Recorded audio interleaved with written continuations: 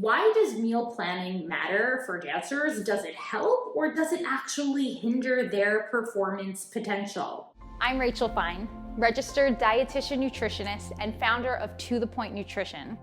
A dancer's performance is a direct result of hard work and motivation. So where does food fit into this? There's a lot of myths and a ton of antiquated ideals, and I'm here to dispel those.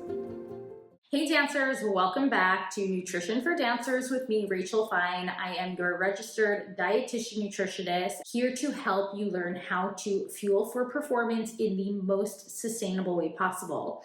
Well, if there's any topic that covers the gamut when it comes to fueling for performance, it's this one. Meal planning. And today, that's what I want to uncover for you. But before I do so, don't forget to hit subscribe so that you are first to know when new episodes post on my channel. So let's start with the why. Why does meal planning matter for dancers? Does it help or does it actually hinder their performance potential? Well, meal planning, contrary to popular belief, is not about restrictions. It's not even about finding extreme or very rigid approaches to eating. Let's face it, as dancers, our schedules are intense. And without reliable meals and snacks, we risk underfueling. This can lead to serious setbacks like fatigue, injury, and eventually burnout.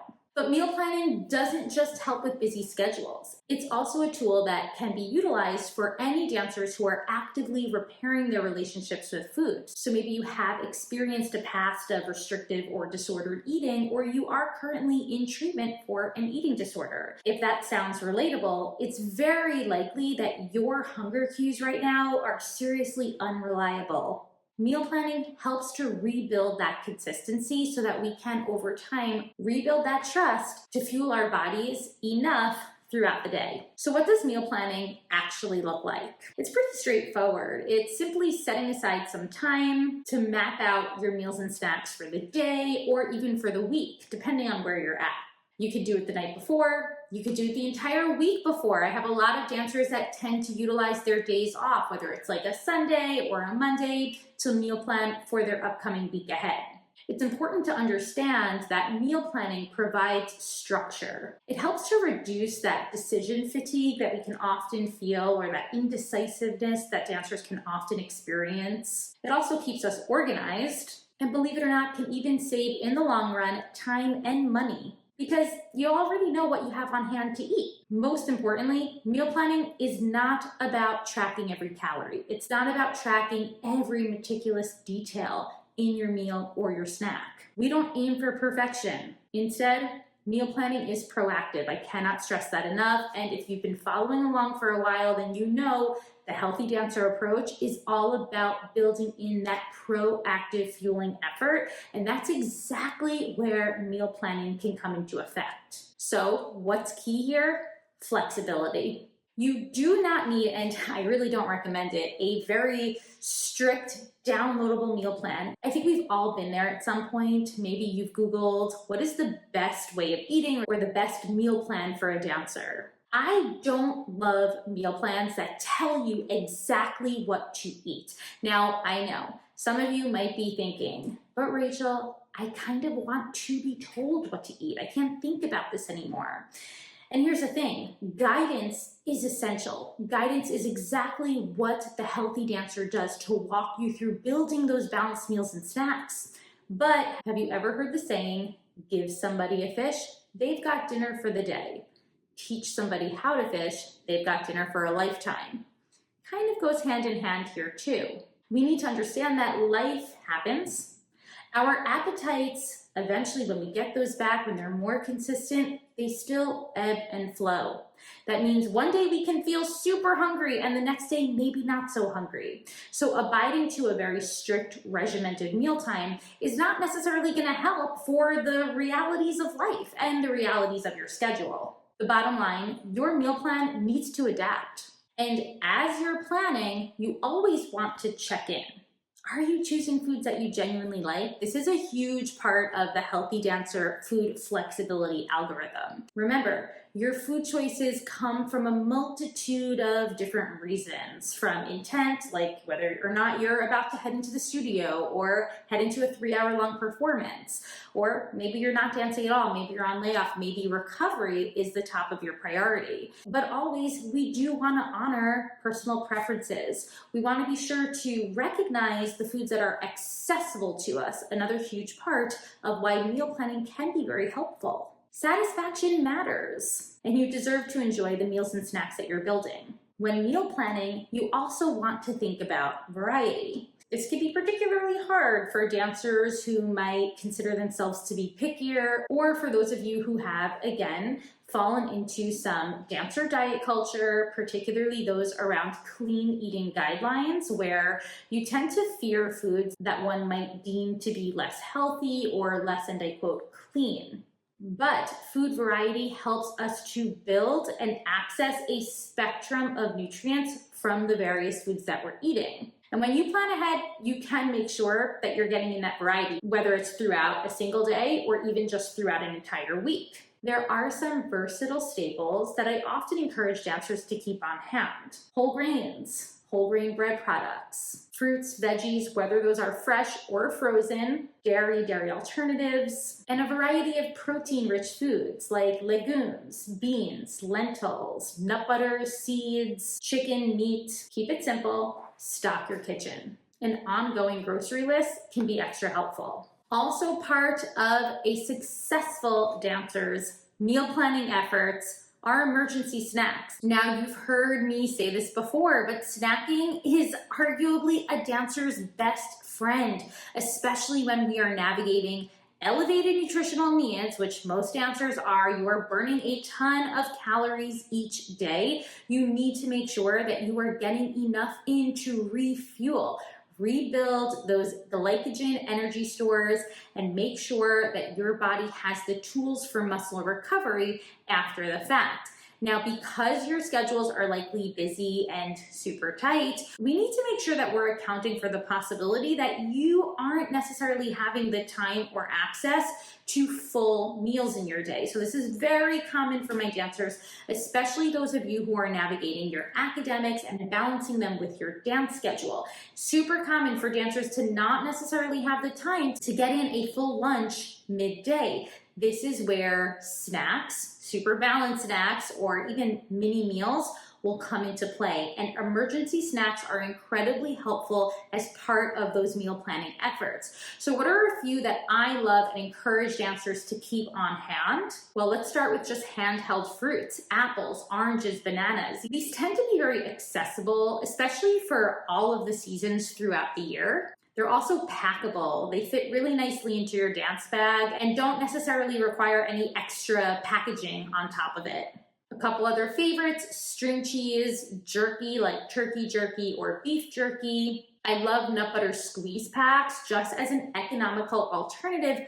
Make your own, fill some nut butter into a bag, and then when you're on the go, just cut a little hole in the corner, squeeze it onto your handheld fruit, and you are good to go for a balanced snack.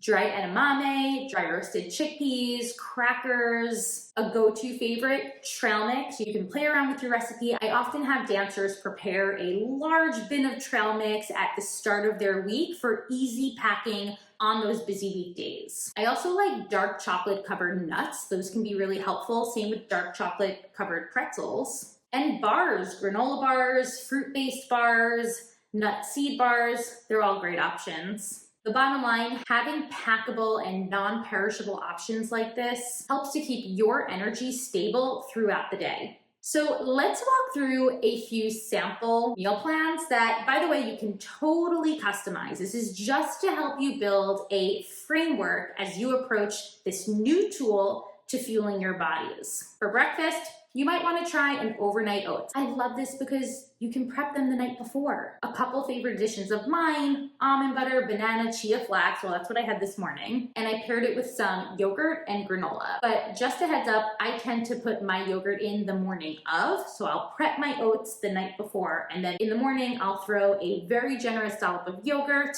a handful of chopped fruit, and I'm good to go.